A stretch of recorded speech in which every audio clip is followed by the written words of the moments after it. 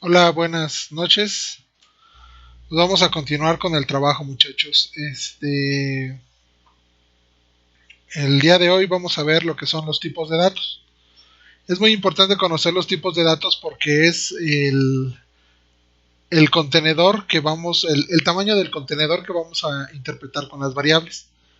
Para poder empezar a trabajar con los diagramas y con los pseudocódigos, pues primero necesitamos saber los tipos de datos. Estos tipos de datos van a ser el tamaño en memoria que va a ocupar cada una de las variables que nosotros definamos.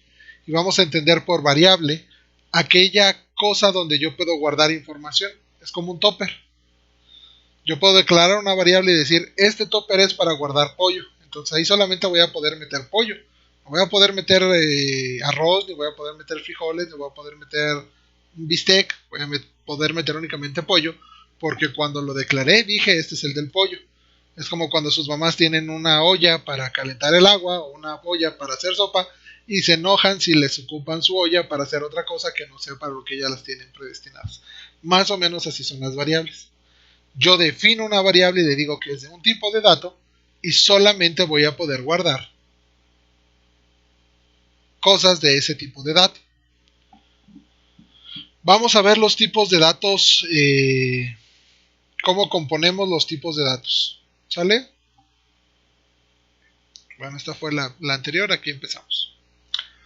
Vamos a ver que nosotros vamos a tener dos tipos de datos. Los tipos de datos estándar y los definidos por el usuario. Los tipos de datos estándar son los que el lenguaje tiene por default y que nosotros no podemos cambiarles tamaño ni forma ni decir ahora quiero que guarde esto, ahora quiero que guarde el otro.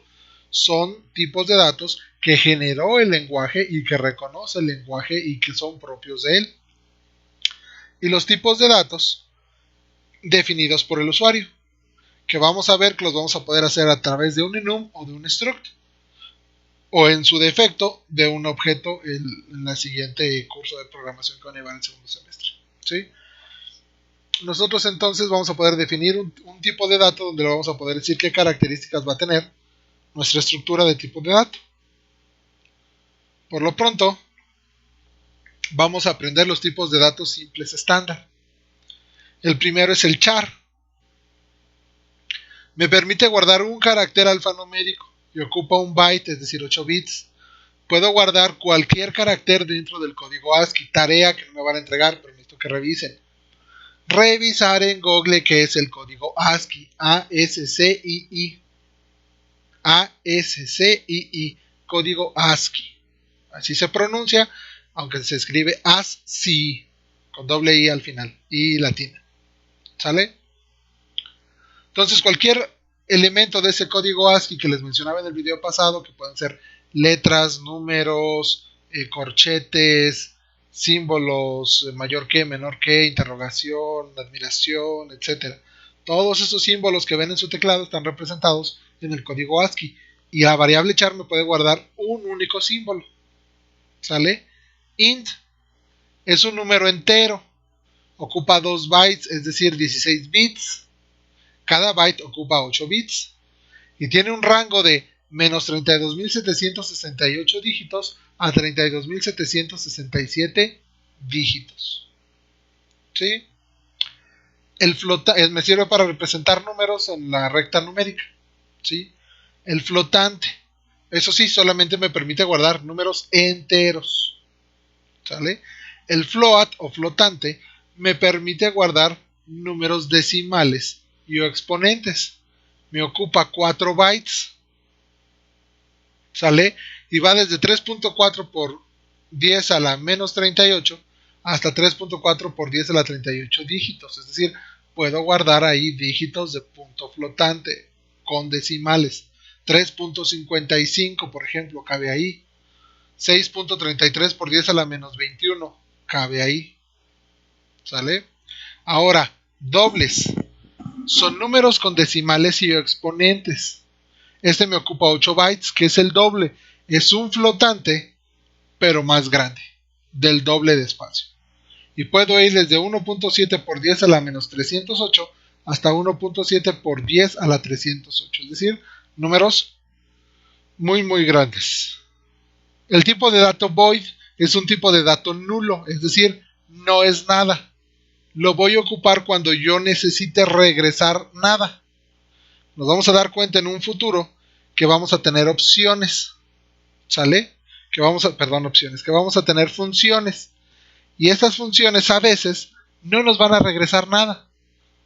Pero como todas las funciones tienen la estructura tipo de dato que regreso, nombre de la función, parámetros y desarrollo, si no regreso nada, pues voy a regresar un tipo de dato void, que es de 0 bytes, que me quiere decir que no regresa nada. ¿Sale? Esos son los tipos de datos estándar de cualquier lenguaje. Vamos a utilizar ciertos modificadores de tipo. ¿Qué son los modificadores de tipo? Son aquellos que me van a permitir cambiar el significado del tipo de base o del modo en el que se ajustan a las necesidades de cada caso. Se anteponen a los tipos básicos y son signed, unsigned, long y short.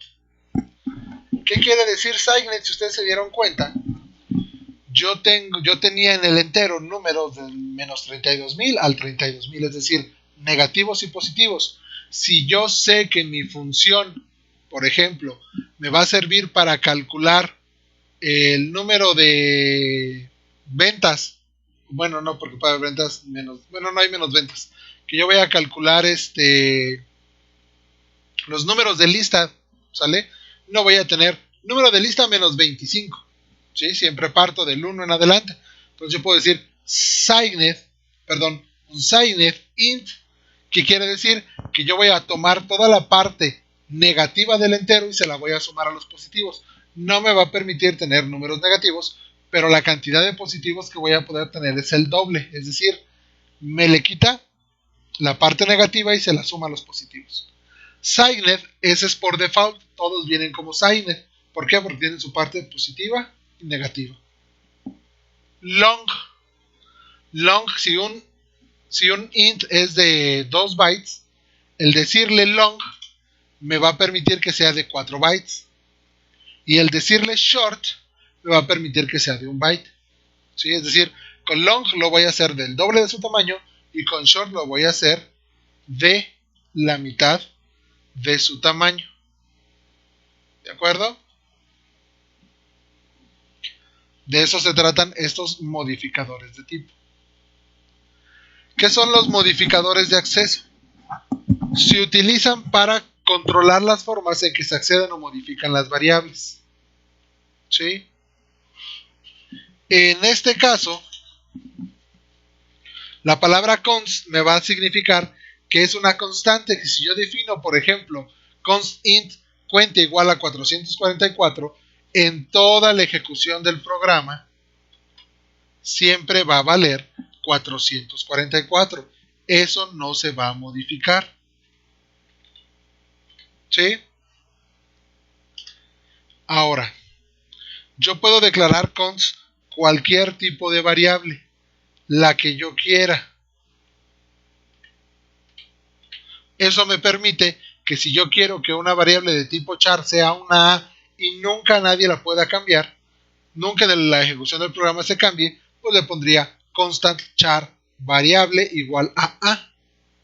Ojo, cuando yo estoy tratando con variables de tipo numérico, se escriben así, 444. Cuando yo esté tratando con variables de tipo char, o carácter, o string cadena, me va a necesitar ir entre comillas simples, para que yo entienda que no está buscando el código ASCII de ese valor, sino el valor de una letra como tal. ¿De acuerdo? Vamos a ver este ejemplo. ¿Cómo declaro tipos de datos estándar? ¿Sí? Estos tipos de datos simples. Yo voy a tener void main. Siempre cuando hablemos de C, vamos a encontrar esto. El main va a ser mi función principal. Esto lo vamos a ver más adelante. Ahorita no nos entretenemos en esto. ¿Sale? Voy a ver ahorita más adelante en las diapositivas qué me significan esto. Estos símbolos de diagonal, asterisco, asterisco, diagonal, me sirven para poner un mensaje. Lo que esté dentro de esto, lo que esté dentro de diagonal, asterisco, asterisco, diagonal, nunca va a ser compilado. El lenguaje va a entender que esto es un mensaje, ¿sí? Y no lo va a compilar. Ahora, continuamos con la ejecución. Yo declaro de tipo entero las variables x1 y x2. ¿Sí? ¿Por qué x1 y x2? Porque son los nombres que a mí se me dio la gana ponerles. Y vamos a entender eso de las variables. Las variables se van a llamar como ustedes les quieran llamar. Si aquí le quieren poner patito, gatito, pues una variable se va a llamar patito y va a ser de tipo entera, y otra se va a llamar gatito y va a ser de tipo entera. Es recomendable nombrar a las variables con algo que nos signifique parte del proceso del problema, para después no andar diciendo, ay, ¿y qué hacía gatito? ¿Sale? Vamos a declarar de tipo flotante y le vamos a llamar real. Char le vamos a llamar carácter. Un signed int y entonces quiere decir que es un entero sin signo. Constante char c es igual a, quiere decir que c siempre va a valer a. ¿Sí? Porque estoy utilizando el tipo const.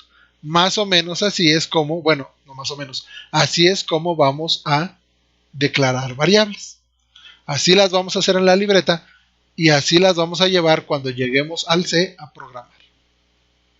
¿De acuerdo? Ahora, ¿cuáles van a ser los tipos definidos por el usuario? Se los voy a nombrar, aunque ahorita no los vamos a utilizar y no creo que los utilicemos en este semestre. ¿Sale? Porque vamos a ver cuestiones muy básicas, pensando en que pues la gran mayoría de ustedes nunca ha llevado programación.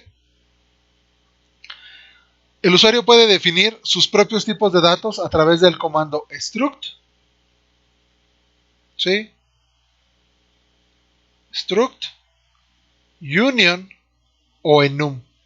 Son para cuestiones distintas. Struct me va a permitir generar una estructura, es decir, que yo puedo llamar struct mis datos y dentro de struct voy a definir qué y qué va a llevar esa estructura a mis datos, pero bajo la idea de que todo lo que vaya dentro del struct tiene que ser de un tipo estándar, es decir, dentro de un struct yo voy a poder tener enteros, flotantes, dobles, booleanos, caracteres, strings, etc. El union me permite unir dos tipos de datos en uno solo. Y el enum me permite hacer una enumeración de tipos de datos. ¿Sí? Por ejemplo, una enumeración es un conjunto de constantes enteras con nombres que especifican todos los valores válidos que una variable de este tipo puede tener. Por ejemplo, enum etiqueta, lista de enumeraciones, lista de variables. ¿Sí? Esa es la declaración, así es como debe de ir. Por ejemplo, enum moneda. ¿Sí? ¿Qué y qué va a poder tener moneda? Penique, níquel, dime, cuánto, medio dólar y dólar. Este es un ejemplo de un texto de Estados Unidos. ¿Sí? Entonces estas son las diferentes monedas que pueden existir. ¿Sale? Aquí tendríamos centavos, pesos, cientos y miles de pesos. Porque hay billetes de centavos, de pesos, de 2 pesos. Bueno, deberíamos tener centavo, peso, 2 pesos, 5 pesos, 10 pesos, 20 pesos, 50 pesos, 100 pesos, 200 pesos, 500 pesos y 1000 pesos. ¿Sí? Que serían las monedas que manejamos en México. ¿Sí? Ahora, ya que yo declaré mi enumeración, entonces ya puedo generar una variable de este tipo de enumeración. ¿Sí? Entonces dinero ya le voy a poder yo asignar el valor de $1 o el valor de que yo quiera a dinero. Porque dinero me va a poder aceptar estos tipos de valores. ¿Sale? Operadores aritméticos, esto es muy importante. ¿Qué significan Los operadores. El menos es una resta. El más es una suma. El asterisco es una multiplicación. La diagonal es una división. El porcentaje significa división en módulo. A lo mejor muchos de ustedes no lo vieron en la preparatoria, yo espero que sí. El módulo es lo que queda abajo de una división. Si yo divido 4 entre 2, es a 2, 2 por 2, 4. Para 4, 0. Ese 0 que quedó ahí es mi módulo. Si yo divido 5 entre 3, va a ser a 1. 1 por 3, 3, para 5, 2. Mi resultado es, arriba es 1, y el módulo es lo que queda abajo en la división. Ese 2 que queda ahí en la división, ese es mi módulo. A eso se le conoce como división en módulo. El menos menos y el más más, que ya platicábamos en otras ocasiones, significan decremento o incremento. Si le pongo menos menos 2, significa decremento de 2 en 2. Si le pongo más más 3, significa que voy a ir incrementando de 3 en 3, es decir, 3, 6, 9, 12, 15, 18, 21, 24 y así sucesivamente. Si yo no le pongo ningún número, se entiende que el decremento y el incremento es de 1 en 1. ¿Sale? Solamente si yo le pusiera menos menos n, donde n sería cualquier número, o más más n, donde n sería cualquier número, sería que los incrementos se estarían dando en esas proporciones, de 2 en 2, de 4 en 4, de 5 en 5, dependiendo del número que yo le ponga. Los operadores relacionales: mayor que, mayor o igual que, menor que, menor o igual que, igual. Para yo decir que una cosa es igual a la otra, no puedo poner nada más un solo símbolo de igualdad, porque eso me significaría una asignación. ¿Qué es una asignación? Que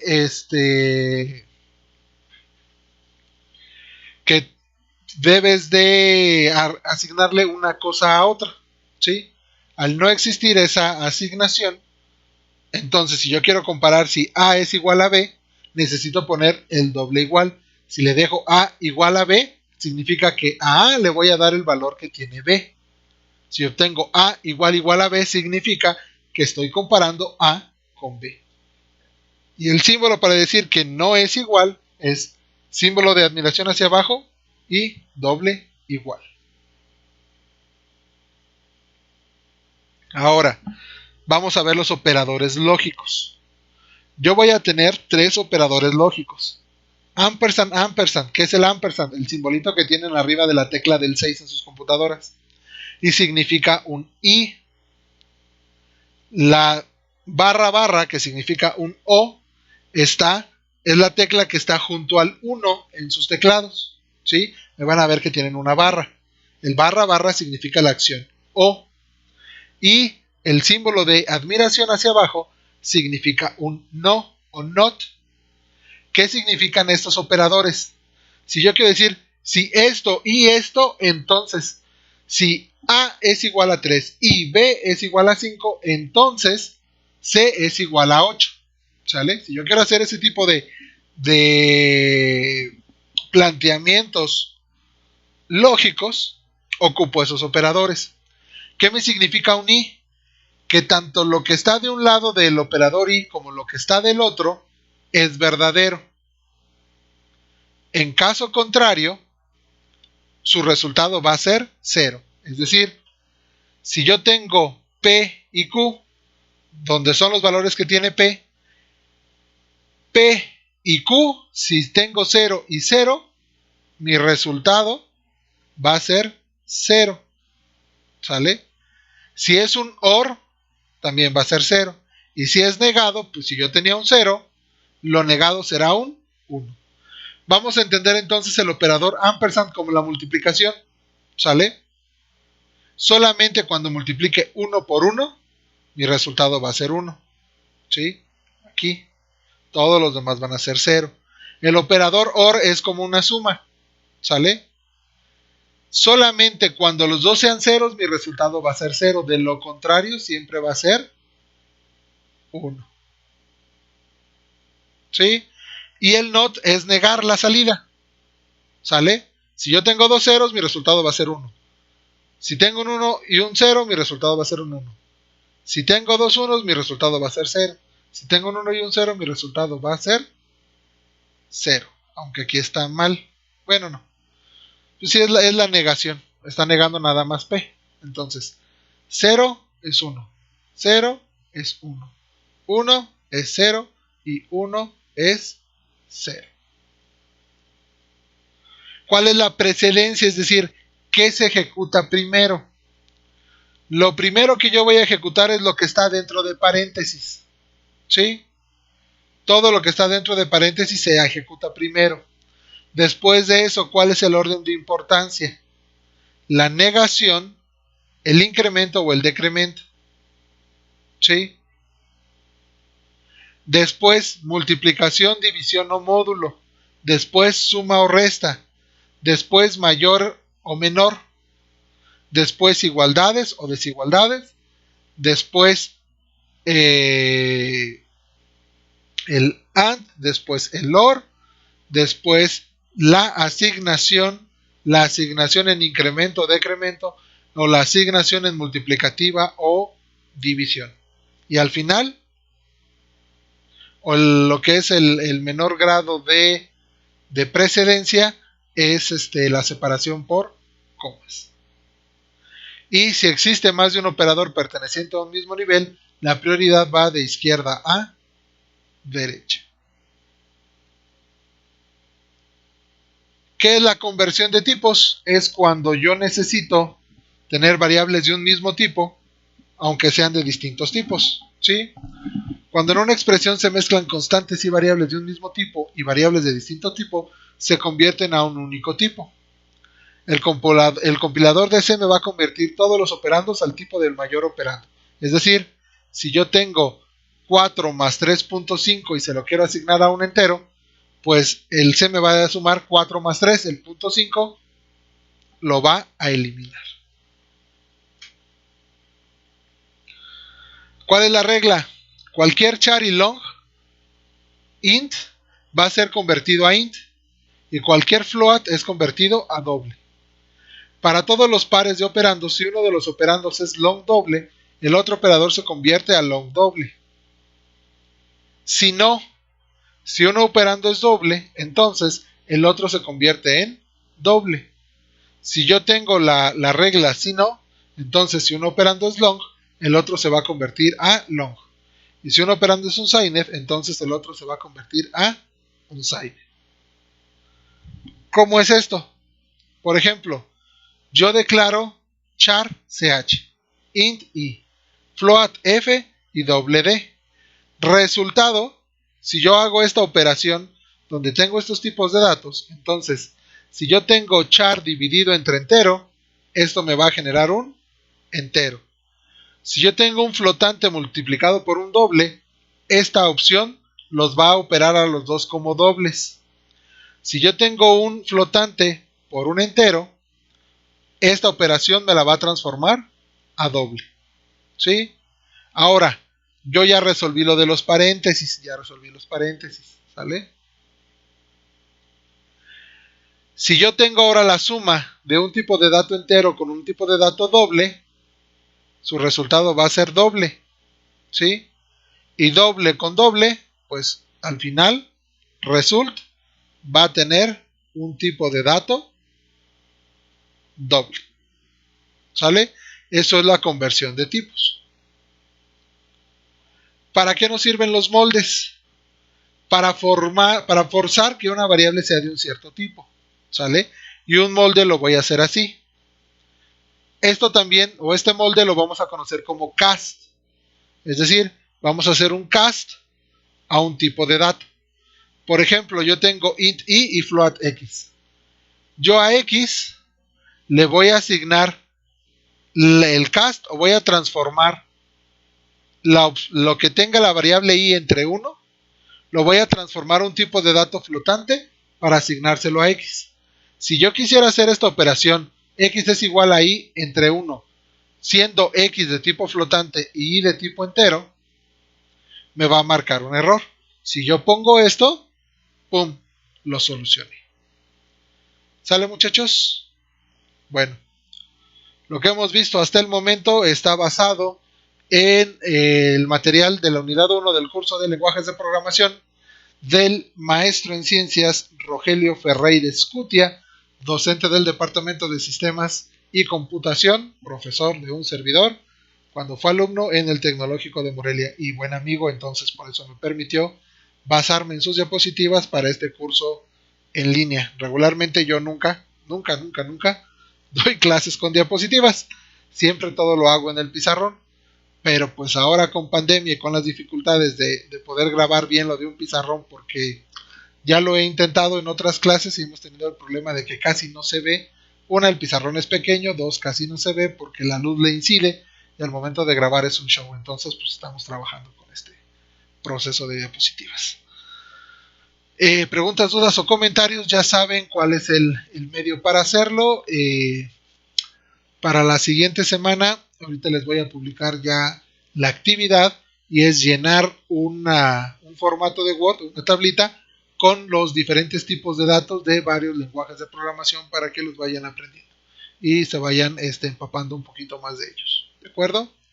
Échenle muchas ganas, cuídense y cualquier duda que tengan, ya saben los medios de comunicación, WhatsApp,